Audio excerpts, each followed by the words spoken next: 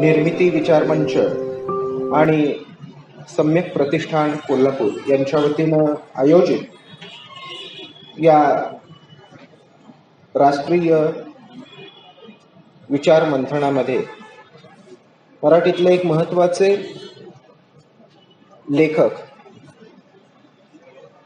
उत्तम कांबळे यांच्या कवितेच्या संदर्भानं काही एक मांडणी मी करणार आहे. खरं तर उत्तम कांबळे सर हे अनेक अर्थानं आमच्यासाठी मार्गदर्शक आहेत. मी काही काळ पत्रकार म्हणून सकाळकडे काम केलं. त्याही अर्थानं आज दिवसभरामध्ये आई समजून घेताना या पुस्तकावर बरीच चर्चा झालेली आहे. त्या आई समजून घेताना या पुस्तकावर मी एक एकांकिका लिहिली, ती सेन्सॉर करून घेतली आणि त्याचे 2 प्रयोग कोल्हापुरात मी सादर केले होते.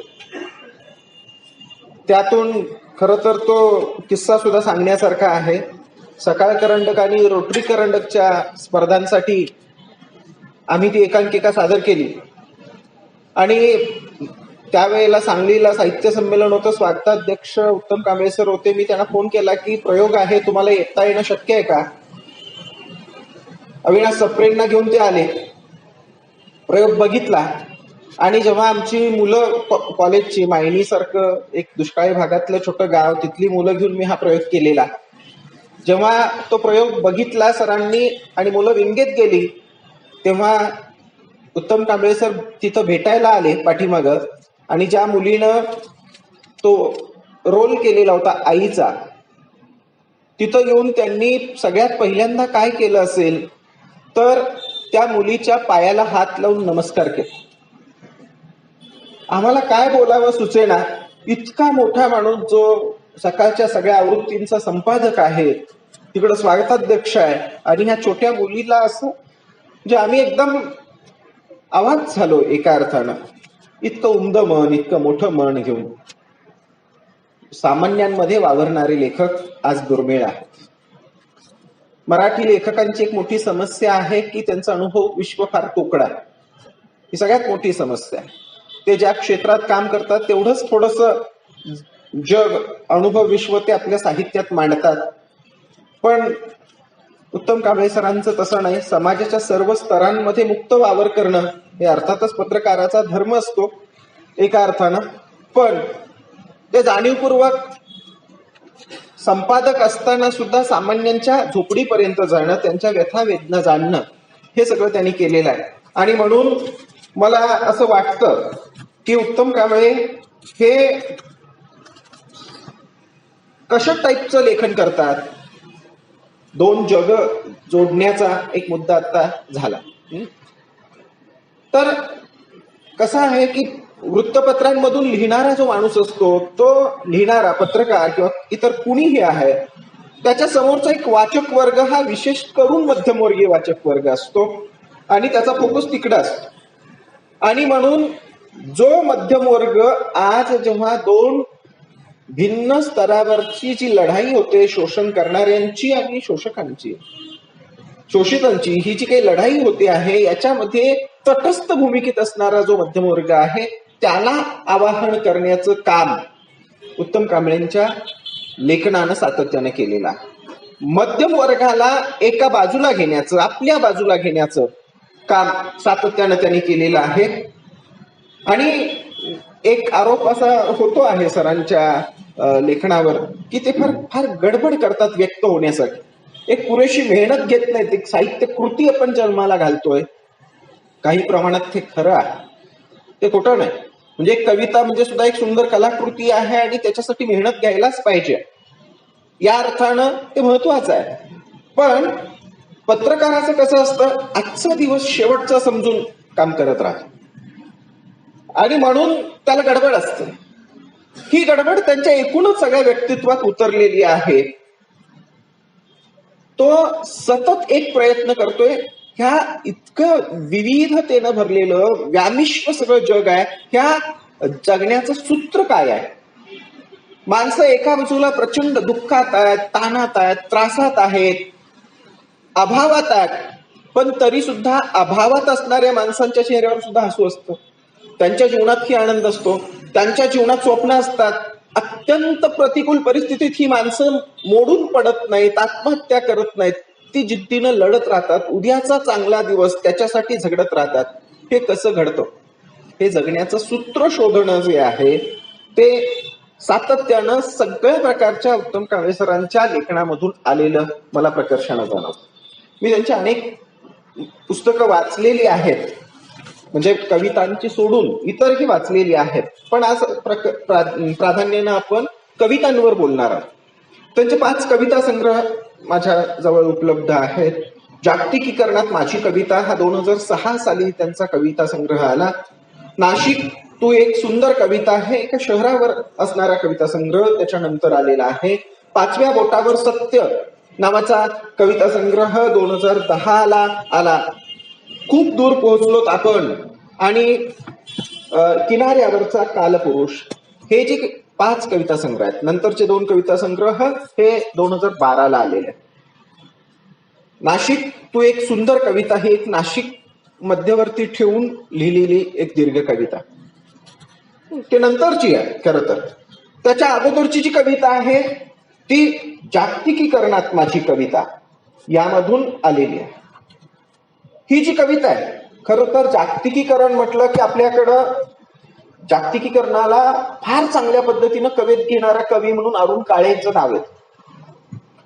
काही प्रमाणात भुजंग मेश्रामनी ते आणलेला आहे. या 2 कवींनी फार चांगल्या पद्धतीनं जागतिकीकरणावरच एक सटीक भाष्य केलेला आहे. आणि दुसऱ्या बाजूला जागतिकीकरणाचा एक लाभार्थी असणारा वर्ग सुद्धा कविता लिहितोच, किंवा त्याचे काही फायदे किंवा त्याच्याबद्दल एक अनुकूल असणारा हे एक वर्ग आहे. तो हेमंत दिवटे सारखे, सचिन केतकर सारखे, सुरेंद्र पाठक सारखे कवी आहेत की यांचे कविता संग्रह जर आपण बघितलं तर ते कविता संग्रह हे एका बाजूला त्याचं संवर्धन करताना आपल्याला दिसतात.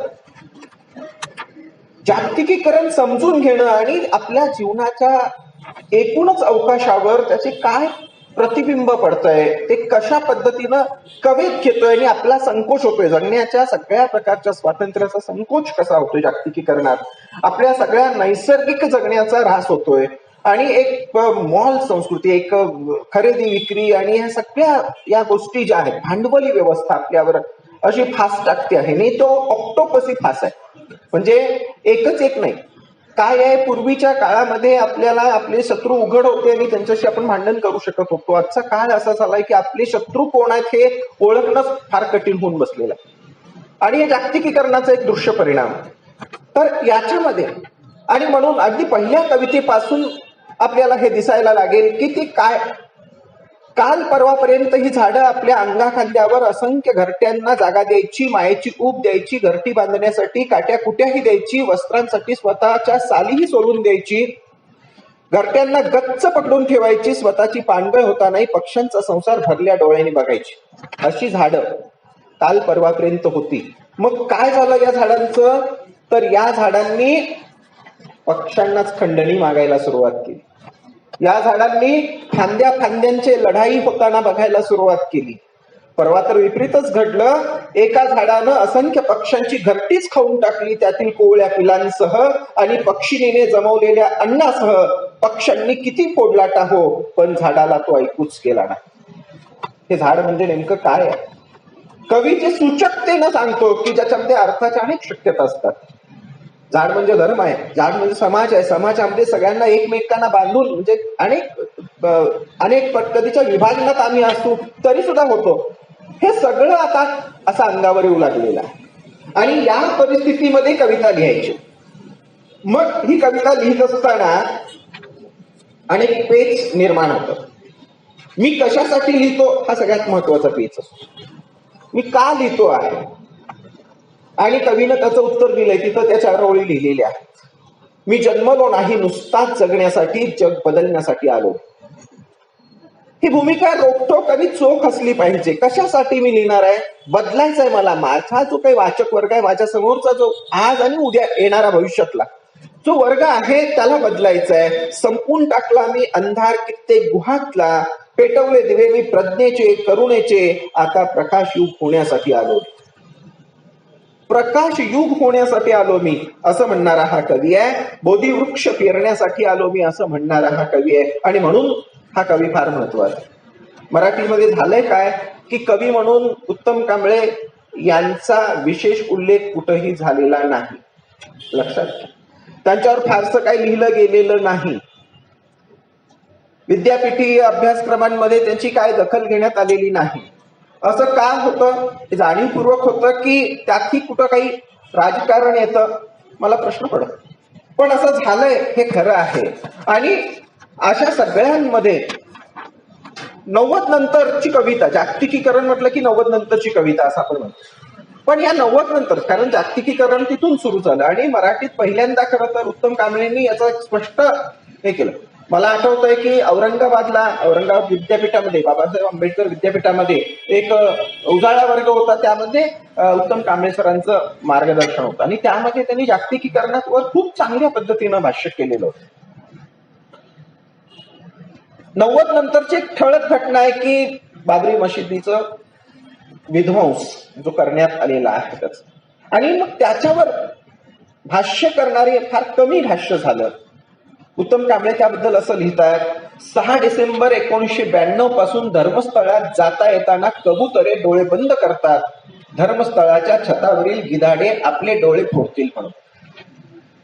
धर्म जो शांततेचा संदेश देणारा होता, कबुतरांच्या माध्यमातून हे प्रतीकातून कवी सांगतोय की हे जे होतं तिथं आता गिधाडांचं वास्तव्य सुरू झालेलं आहे. जेव्हा धर्माचे ठेकेदार मग्रूर होतात तेव्हा ती गिधाडांच्याच रूपामध्ये वावरायला लागतात. ते माणुसकीचे लचके तोडतात, माणसांचे लचके तोडतात आणि मग एकूणच वातावरण हे अशा पद्धतीनं गढूळ आणि भयग्रस्त होते. याच्यावर उपाय आहे काय? निश्चितपणानं कवीनं आणि वेगवेगळ्या कवितांमध्ये हे सांगितलेलं आहे. झाड नावाची एक छोटी कविता आहे. त्यामध्ये कवी असं म्हणतोय, एकटी मी गेले बाई झाड हल्लं नाही, दुकटी गेले बाई तिकटी गेलो बाई झाड हल्लं नाही, झाड हल्लं नाही. एकानं दुकटीनं तिकटीनं गेलं, झाड हल्लं नाही. साऱ्या जणी गेलो बाई झाड राहिलं नाही. जोपर्यंत हे जे काही विषमतेचं विषारी मुळे असणारं झाड आहे आणि त्याच्यावर लढणारे आपण एकटे एकटे आहोत, तोपर्यंत त्याला काहीच धक्का नाहीये. सगळे मिळून गेलो तर ते राहणार. किती कमी शब्दांमध्ये किती मोठा संदेश हा कवी देतोय. बांग आणि आरत्या नावाची एक छोटी कविता. बांग, घंटानाद आणि आरत्या ऐकून पूर्वी माणसं जागी व्हायची. बांग, घंटानाद आणि आरत्या ऐकून पूर्वी माणसं जागी व्हायची. आज दंगली जाग्या होतात आणि प्रार्थना स्थळांनाही रक्ताचे स्नान घालतात.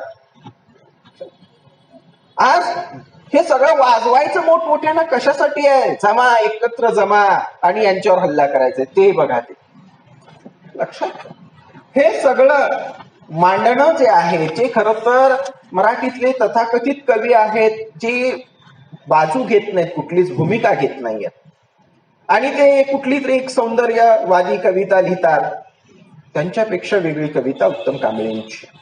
ती स्पष्ट भूमिका घेते आणि ती भूमिका घेऊन काहीतरी मांडते. काय होईल कदाचित हे असंच जर चालत राहिलं तर? एका कवितेत म्हटलंय उत्तम कांबळेंनी, कुणी सांगावं नव्या शतकातला माणूस संगणकाच्या खांद्यावर मान ठेवून शेवटचा श्वास घेईल. लक्षात, हा नव्या शतकातला माणूस असं करेल, असं त्याच्या वाट्याला भाग येईल, अशा पद्धतीचं एक भीती सुद्धा इथं व्यक्त केलेली आहे. अशा पद्धतीचा हा पहिला कविता संग्रह आलेला होता. यानंतर त्यांची जी कविता आली ती नाशिक तू एक सुंदर कविता. या कविता संग्रहामध्ये त्यांनी नाशिकचं वर्णन वेगवेगळ्या पद्धतीनं केलेलं आहे. मी धावतं सगळं घेतोय कारण वेळ आपल्याला तसं झाला आणि लोकही कमी आहेत. अलीकडं तुम्हाला माहित असेल बाळासाहेब लबडेंचा एक कविता संग्रह आलेला आहे, मुंबई बंबई बॉम्बे नावाचा, आणि तो फार गाजतो. फक्त मुंबई या महानगरावर ही कविता आहे आणि ती फार गाजायला लागलेली आहे. त्याच्यावर खूप लिहिलं जातं. पण त्याच्याही अगोदर नाशिक बद्दल उत्तम कांबळेंनी लिहिलंय. अर्थात ही कवितेचा एक थोडीशी मर्यादा अशी आहे की याच्यामध्ये वर्णन फार आहे. वर्णन करता म्हणजे नाशिक कसं आहे तसं. इतिहासाच्या असंख्य गुहा तुडवत जनस्थान ते गुलशनाबाद प्रवास करत मी 7 टेकड्यांमध्ये लपंडाव खेळत स्वतःच एक इतिहास बनणारी नाशिक तू एक सुंदर कविता. नाशिकचं वर्णन असं कवीनं केलेलं आहे. किंवा साऱ्या देवदेवतांना आपल्या अंगावर घरटी देणारी, महाकाव्याच्या साऱ्या पानापानांना पंचवटी बनवून आधार देणारी नाशिक तू एक सुंदर कविता. असं मग राजकीय क्षेत्रात, शिक्षण क्षेत्रात वगैरे अशा प्रबोधनाच्या क्षेत्रात, चळवळीच्या क्षेत्रात कुणी कुणी काय काय योगदान दिलं, कलेच्या क्षेत्रात, ह्या सगळ्याचं वर्णन करणारी कविता ह्या नाशिक तू एक सुंदर कविता मधून आलेली आपल्याला दिसेल. त्याच्यानंतरचा एक महत्वाचा संग्रह जो आहे, आता ही नाशिक तू एक सुंदर कविता आणि किनाऱ्यावरचं कालपुरुष ह्या 2 कवितांचं जर वैशिष्ट्य तुम्ही लक्षात घेतलं तर ही दीर्घ कविता आहे. दोनही ह्या दीर्घ कविता आहे आणि दीर्घ कवितेची एक फार मोठी परंपरा आपल्याकडे आहे. ही परंपरा अगदी म. कुंटेंच्या राजा शिवाजी पासून किंवा कमला यशवंतांचं वगैरे असापासून अलीकडपर्यंत ही दीर्घ कविता. पण या दीर्घ कविता ज्या लिहिल्या जातात त्याचा अभ्यास फारसा अजून झालेला नाही, त्याच्यावर काम झालेलं नाही. राजन गवसकरांनी एकदा असं चर्चेमध्ये म्हटलं होतं की त्याचा अभ्यास करणं काही फार अवघड नाही. हे लोक दीर्घ कविता का लिहितात असा प्रश्न आपण त्या कवितेला केला पाहिजे, त्यांच्या कवितेला केला पाहिजे की हे कवितेत तू या रूपात का आलीस, एवढं दीर्घ रूप घेऊन का आलीस, हा लघुत्व असणारा हा प्रकार असताना, वाङ्मय प्रकार असताना तुला का एवढं दीर्घ रूप घेऊन व्यक्त व्हावं लागलं असा प्रश्न करावा लागेल. आणि मग त्याची काही उत्तरं मिळतात का आणि ती चांगली कविता आपल्याला सापडते का तपासावं लागेल. आता 5व्या बोटावर सत्य हे जे काय आहे, लाओ त्से यांच्या तत्वज्ञानाचा एक प्रभाव सकाळी आपण बघितलं तर त्याचा प्रभाव असणारी ही कविता. 5 ओळी आहेत, 5व्या बोटावर सत्य, 5 ओळींची कविता आणि शेवटच्या ओळीमध्ये कवीचं स्वतःचं भाष्य. पहिली ओळ त्यानं विचारलं, चौथी ओळ मी म्हणालो, हे ठरलेलं आहे.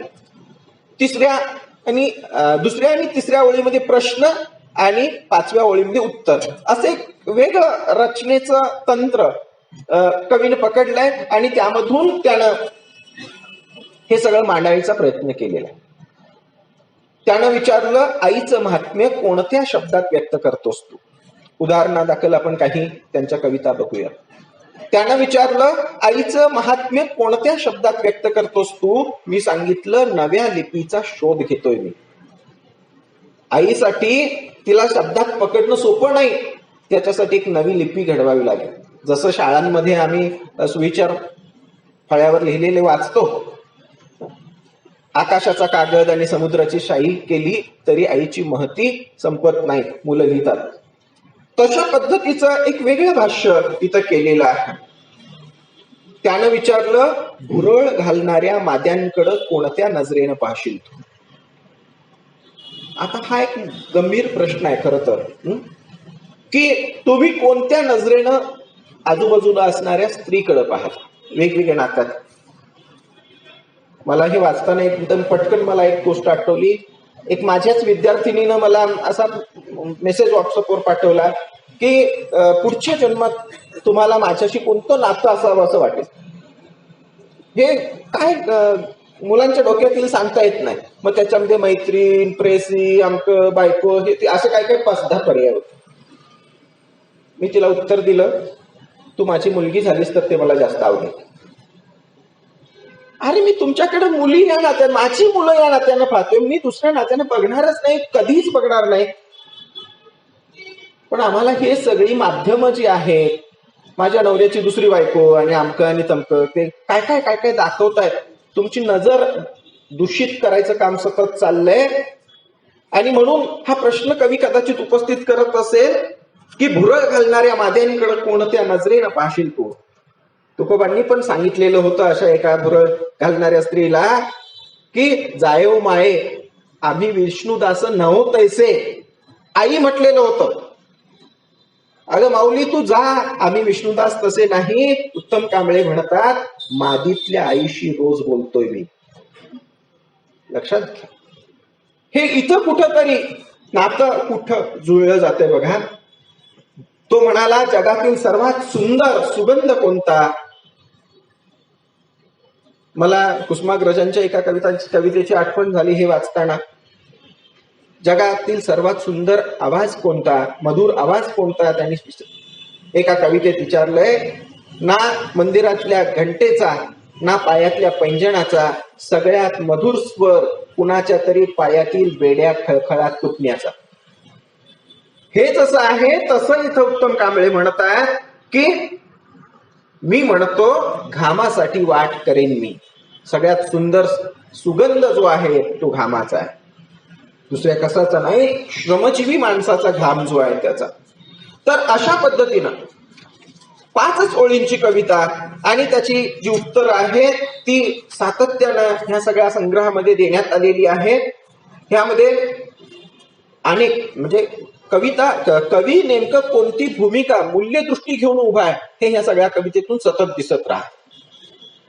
तो म्हणाला, साऱ्या जगाचा सत्ताधीश झाल्यावर काय करशील तू? मी म्हणालो, विषमतेची पेरणी नाकारेन. मी जर सत्ताधीश झालो तर सगळ्यात पहिली गोष्ट हे करेन, विषमता संपवून टाकेन. त्यानं विचारलं, आयुष्यभर चोरी करणाऱ्याला कोणती शिक्षा सुनावशील तू? चोरी करणं वाईट, सर्वसाधारणपणे कुणी पण म्हणेल. पण याच शाहू महाराजांनी याच करवीर नगरीमध्ये ही जी काही माणसं अशा पद्धतीनं दुसरे धंदे करत होते त्यांच्यासाठी काम दिलं ना. त्यांना बांधकाम शिकवलं, त्यांना गवंडी केलं आणि वेगवेगळ्या इमारती बांधायला शिकवलं. हे याच कोल्हापुरात घडलंय. त्यांना काम दिलं, त्यांना सांगितलं तुम्हाला दान मिळेल. आणि जेव्हा इमारती बांधून झाल्या आणि त्यांच्या खाजगीतल्या माणसांनी सांगितलं आता यांना द्यायला काम नाही, काय करायचं मग, पगार कसा द्यायचा? ते म्हणाले की बांधलेलं आहे ते पाडायला सांगा आणि नवीन बांधायला सांगा, फुकट नका काम देऊ पण द्या. काय म्हणतायत ते, आयुष्यभर चोरी करणाऱ्याला कोणती शिक्षा सुनावशील तू? मी सांगितलं, व्यवस्थेलाच तुरुंगात नेतोय मी. जी व्यवस्था त्यांना चोरी करायला भाग पडते तिला कुठंतरी बंदिस्त केलं पाहिजे, ती व्यवस्था नष्ट केली पाहिजे. अशा पद्धतीचं आपल्या मुलाबाळांना कसं घडवत असतोस तू? बऱ्याच वेळेला ही साधी वाटणारा प्रश्न आहे, पण हा फार गंभीर प्रश्न आहे. आज मुलांच्या आत्महत्या ज्या होत आहेत, अनेक छोटी छोटी मुलं परीक्षेतल्या अपयशामुळं किंवा अभ्यासक्रम न पेलण्यामुळं आत्महत्या करताना दिसत आहेत. त्याचं हे उत्तर आहे, माझी वाट मुलांना देत नाही मी. मला वाटतं तसं मुलांना मी नाही घडवत, त्यांचीच वाट त्यांनी निवडावी. मला वाटतं त्या वाटेवरून त्यांनी चालू नये, अशा पद्धतीचं आहे. त्यातले शेवटचेच 1-2 मी सांगतो की त्यानं विचारलं, जगात पुन्हा महायुद्धाची गर्दी झाल्यास काय करशील तू? युद्धावरचं उत्तर काय असणार आहे तुझ्याजवळ? महायुद्धच झाली आता आणि तसंच वातावरण आहे, काय करशील? मी म्हणालो, बुद्धम शरणम गच्छामि. ठरलेली वाट. आणि या जगाला तारणार कोण आहे तर बुद्धच, आणि बुद्धानं सांगितलेलं धम्मच, दुसरं कुणीही तारणार नाही. अशा पद्धतीनं हे सगळं भाष्य करणारी कविता इथं आहे. आणि म्हणून राग जाधव यांनी या संदर्भानं एका ठिकाणी लिहून ठेवलंय, उत्तम कांबळे या नावाच्या माणसामधील सर्जनशील विचार कवी म्हणजे हा उत्तरकर्ता. उत्तर देणारा जो आहे ते राग जाधव सरांनी अशा पद्धतीचं त्याच्यावर एक भाष्य केलेलं आपल्याला दिसतं.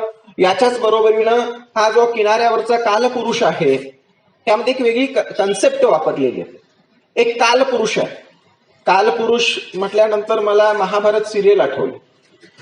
डॉक्टर राही मासूम राधा जे आहेत तर ते आठवले मला, कारण तुम्ही महाभारत ह्या मालिकेचे गारुड त्या काळामध्ये होतं सगळ्यांच्यावर, आणि ते सुरू होतं ना, तो मैं काल बोल रहा हूं असं ते सुरू व्हायचं.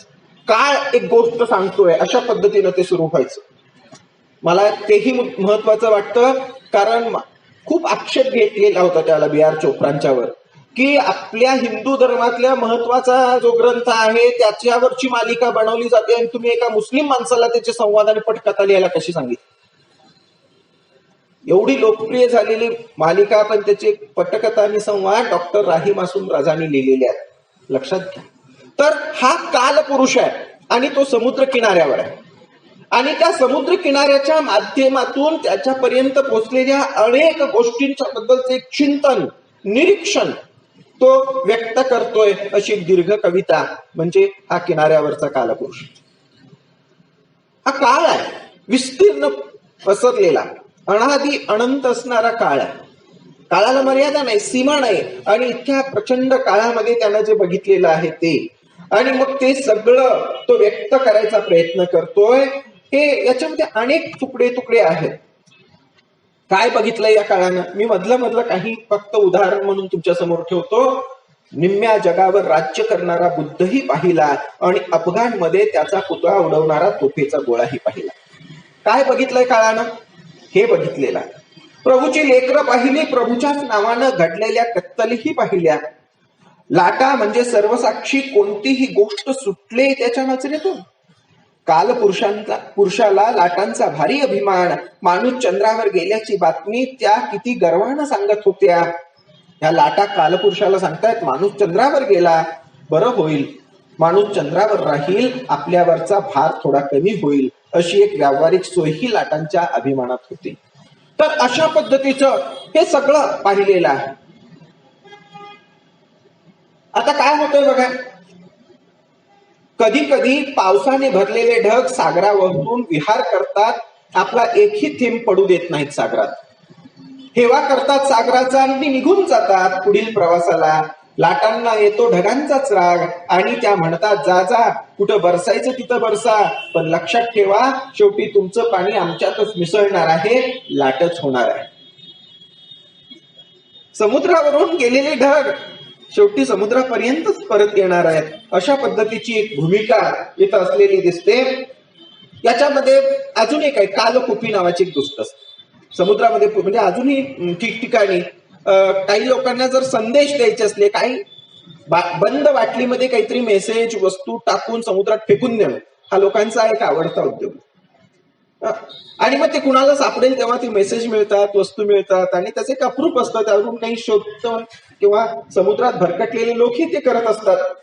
अशा पद्धतीनं जे काय काय आलेलं असेल, तर अशी अनेक पत्र यामध्ये नोंदवलेली आहेत. काय काय चिठ्ठ्या सापडल्या, त्यात काय मेसेज होतात. त्यातलं एखादं मी तुमच्या समोर सांगतोय. 4थं पत्र, आमच्याकडे धर्म झाले आहेत नरभक्षक, कुणीतरी पाठवलेलं आहे. कारण बघा, अलीकडे आपण पाहतोय की लोक देश सोडून दुसऱ्या देशात जात आहेत. आणि कुठून जात आहेत? समुद्रमार्गे, पाण्यातनं, नदी ओलांडून असंच जात आहेत ना. आमच्याकडे धर्म झाले आहेत नरभक्षक, धर्म शस्त्रे घेऊन फिरतात, ग्रंथांचाच बॉम्ब करतात. किती भयंकर गोष्ट आहे आणि किती जबाबदारीने लिहिलंय. ग्रंथांचाच बॉम्ब करतात. ग्रंथच इतके स्फोटक झालेत की लोकांना भडकवतात. दारात आलेल्या भक्तांना धर्मस्थळात नेऊन मारतात. माणसांच्या रक्ताचा एक थेंब देवाला, बाकी अख्खा माणूस धर्म स्वतःच खातो. अशा पद्धतीची काही गोष्टी यामध्ये आलेल्या आपल्याला दिसत आहेत. त्याचबरोबर मग काय काय होत आहे, या समुद्र किनाऱ्यावर काय काय बांधलं जात. नंतर कालपुरुष वाळूत किल्ले बांधू लागला, घरही बांधू लागला, धर्मस्थळही बांधू लागला. लाटा येईपर्यंत तो निवांत पाहायचा. लाटा आल्या की डोळे गच्च मिटायचा. आपली कलाकृती लाटांनी गिळण्याची कल्पनाही त्याला सहन व्हायची नाही. हे कालपुरुष वाळूत घरं बांधतोय की माणूसच ही सगळी वेगवेगळ्या पद्धतीची व्यवस्था निर्माण करतोय? मार्क्सने एके ठिकाणी म्हटलेलं आहे, जन्मणारी प्रत्येक गोष्ट त्याच्या आरंभ बिंदूमध्येच त्याच्या समाप्तीची गोष्ट दडलेली असते. त्याचा शेवटही त्यामध्येच दडलेला असतो. जन्मणारे कुठलीही व्यवस्था जरी असली, अगदी कुठल्याही पद्धतीची व्यवस्था, ही कधीतरी मोडून निघणार आहे, बदलणार आहे. अशा पद्धतीची खरं तर वाळूवरचे किल्ले काय, हातांनीच वाळूत खोदलेले झरे काय, सारेच अल्पजीवी. भरतीची एक लाट आली की सारेच वाहून जाणार. पण तरीही माणसाला कोण आनंद, तो थकत नाही. असंख्य वेळा काळीज उतरवतो किनाऱ्यावर. खरं तर हे सगळं कधी ना कधी नष्ट होईल, उद्ध्वस्त होईल, पण माणूस थकत नाही. माणूस पुन्हा पुन्हा हे सगळं करत आहे असं दिसतंय. तर अशा पद्धतीची एक वेगळी भूमिका, वेगळी कविता आपल्याला या सगळ्यांमधून वाचायला मिळते आहे. जगाला भूगोल एक असावा असं फक्त सागरालाच वाटलं. त्यानंच तयार केले अख्ख्या जगाचे 5 खंड. प्रत्येक खंडाला दिला वेगळा चेहरा, वेगळा दिला आकार, वेगळं दिलं वातावरण. आता माणूस मात्र हे सारे खंड जोडायला मी तोडायलाही निघाला. आपण ग्लोबल व्हिलेज म्हणतो, एका अर्थानं जोडायला. कंपनी अमेरिकेत आहे, राज्य भारतात आहे, त्या कंपन्यांचं जाळं भारतात आहे. मायक्रोसॉफ्टचं घराघरात आहे, त्या मायक्रोसॉफ्ट शिवाय आपलं काही चालत नाही. हा बिल गेट्स तिथं आहे, त्याची राज्य इथं आहे. जोडायलाही चाललाय आणि तोडायलाही चाललेला आहे. असं सगळं चित्र इथं झालेलं आपल्याला दिसत आहे. आणि यावर भाष्य करणारी ही कविता इथं आलेली आहे. आणि मग हे सगळं बघितल्यानंतर जेव्हा कालपुरुषच होतो चिंतातूर, तेव्हा लाटांच्या हृदयाचे ठोके आणखी वाढायला लागतात. काय वाढून ठेवलंय भविष्याच्या पोटात याची चिंता व्हायला लागतात. कधी कधी या चिंतांचं ओझं किनाऱ्यावर नेऊन सोडतात. किनारा अगोदरच झालाय ओझं. माणसाच्या आणि त्याच्या तृष्णेची ओझी सहन करेल 5-6 फूट उंचीचा माणूस सागरा एवढी, डोंगरा एवढी तृष्णा घेऊन सरकतोय किनाऱ्याच्या दिशेने. माणूस 5-6 फूट उंचीचा आहे, पण त्याची तृष्णा मात्र डोंगरा एवढी आणि सागरा एवढी आहे. ही तृष्णा सगळ्या समस्येचं मूळ आहे. बुद्धांनी सुद्धा सांगितलंय, हे सगळ्याच मोठ्या लोकांनी सांगितलेलं आहे.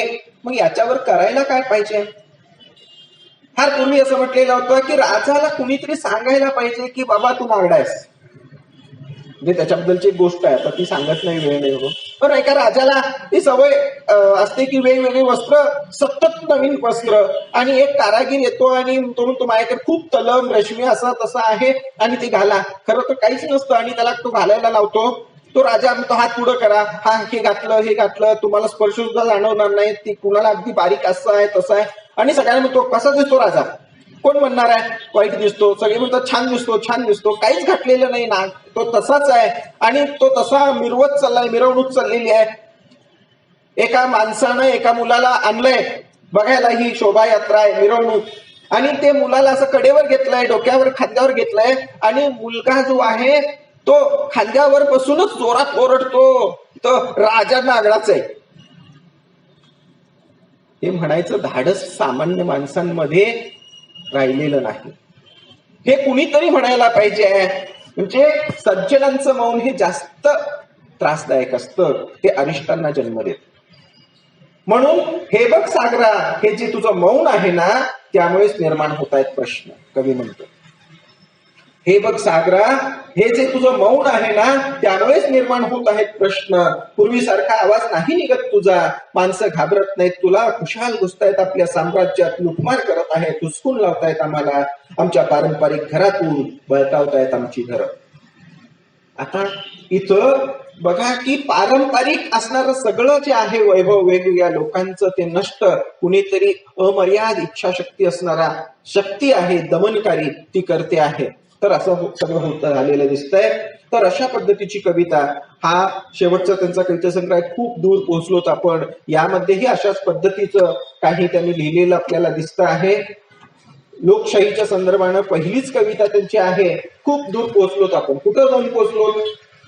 हे कवी कल्पना अशी केलेली आहे. पहिल्याच कवितेत कवी दिल्लीला गेलाय आणि तिथं एक सरदार जे टॅक्सीवाला आहे त्याला तो विचारतो. शेवटी न राहून टॅक्सी चालवणाऱ्या सरदारीला मी विचारलं, दिल्लीतल्या या प्रचंड वर्दळीच्या आणि महत्वाच्या चौकात ही वेडी बाई कोण उभी असते सदा कदा? माझ्याकडे न पाहताच ड्रायव्हर म्हणाला, छोडतो साहेब, दिल्लीत जेवढे शहाणे असतात ना, तेवढेच वेडेही असतात. कधी कधी इथं शहाणे वेडे होतात आणि वेडे शहाणे होतात. बस हे दिल्ली है साहेब, ही दिल्ली आहे. वेडे शहाणे आणि शहाणे वेडे होतात. आणि वेडी बाई कोण आहे? ती दुसरं तिसरं कोण नाही, ती लोकशाही आहे,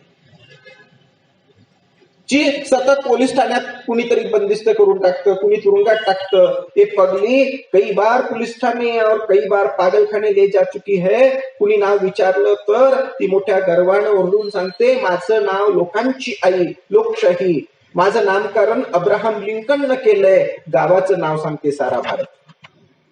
आज काय अवस्था झालेली आहे. दीर्घ कविता ही खरं तर, त्यातल्या मी काही ओळी तुम्हाला सांगितलेल्या आहेत. तर अशा पद्धतीनं ह्या सगळ्या गोष्टी आलेल्या आहेत.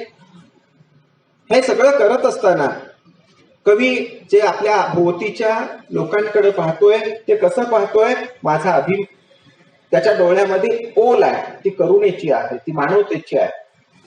डोळ्यामध्ये ओल असणं ही फार गरजेची गोष्ट आहे. दुसऱ्याचं दुःख बघून ज्याचे डोळे ओले होतात तोच परिवर्तनासाठी काहीतरी झगडू शकतो, प्रयत्न करू शकतो. कोरड्या हृदयाची आणि कोरड्या मनाची माणसं काहीच करू शकणार नाही. आणि म्हणून कवी एका ठिकाणी असं लिहितोय, मला अभिमान आहे माझ्या ओल्या डोळ्यांचा, ओले मनात लपलेल्या करुणेचा, करुणेत घरटी बांधणाऱ्या असंख्य पक्षांचा. तर अशा पद्धतीनं हे सगळे कविता त्यांनी व्यक्त केलेली आहे. यामध्ये एक कविता विठ्ठलाला उद्देशून आहे. एका आषाढीच्या, म्हणजे आम्ही सकाळमध्ये वाचली होती ती, आषाढी एकादशीला एक दीर्घ कविता विठ्ठलावर आलेली होती आणि विठ्ठलाची अनेक प्रकारचा संवाद त्यामध्ये आलेला होता. तर तेही चांगली कविता आहे. अब्राहम लिंकनचं हेडमास्टरास पत्र जसं आहे तसंच उत्तम कांबळेंनी पोरासाठी 4 शब्द लिहिलेले आहेत आणि एक पत्र आहे. त्यामध्ये ते आपल्या मुलाशी संवाद साधतात. त्यातला काही ओळी मी सांगतो तुम्हाला. पोरा, पुरेपूर समजून घे, भरपूर करायची असते कमाई, पण भरपूर घाम गाळून. कमाई करायची आहे पण घाम गाळून. आत्मा विकून नव्हे, मनाचा आणि मनगटाचा धिक्कार करणारा आलाच ऋतू, तर आईच्या पदराखाली लपायला शिक. ठसवून घे स्वतःच्या मनावर, जे भावतं आणि जे गावतं तेच मिळवेन मी. आत्मा गमावून धावत्याच्या मागे नाही लागणार. आपल्या मुलांना हे सांगायची गरज आहे, अशा पद्धतीची भूमिका इथं घेतलेली आहे. आणि म्हणून उत्तम कांबळे यांची कविता ही लोकांच्या सकारात्मकतेला आवाहन करणारी आणि सातत्यानं परिवर्तनाची भूमिका घेणारी आहे. ती भूमिका घेणारी आहे, ती संवादी आहे. तिच्यामध्ये आश्वासक स्वप्न, म्हणजे ती निराशावादी नाही, ही महत्वाची गोष्ट आहे. ती फक्त प्रश्न मांडत नाही, प्रश्नाची उत्तरं देण्याचाही प्रयत्न करते. आणि हे या कवितेचं एक मोठेपण आहे. त्यांनी दीर्घ कविता लिहिल्या, त्या दीर्घ कवितांचा एक स्वतंत्र विचार व्हायला पाहिजे. कारण दीर्घ कविता लिहिणाऱ्यांची पण एक परंपरा आपल्याकडे चांगली सकस आहे. संतोष पद्माकर पवारचे कविता संग्रह बघा, किंवा इथं डॉक्टर रवींद्र श्रावस्ती त्यांचा बाबासाहेब एकसूर यांकण आणि इतर कविता, सगळ्या महामानवांवर त्यांनी कविता लिहिल्या. एक वेगळे प्रयोग इथं होत आहेत. त्याचा एक स्वतंत्र अभ्यास होण्याची गरज इथं निर्माण झालेली आहे. उत्तम कांबळे यांच्या कवितांचा असा अभ्यास व्हावा आणि त्याचा व्यापक, म्हणजे फक्त कवितांचाच स्वतंत्र अभ्यास व्हावा, इतके सामर्थ्य असणारी ही कविता आहे. तर संयोजकांनी मला बोलवलं आणि इतका दीर्घकाळ तुम्ही मला ऐकून घेतलं, त्याबद्दल सर्वांचं मी मनापासून आभार मानतो. आणि मला इथं बोलण्याची संधी दिली त्याबद्दल पुन्हा एकदा धन्यवाद मानून थांबतो.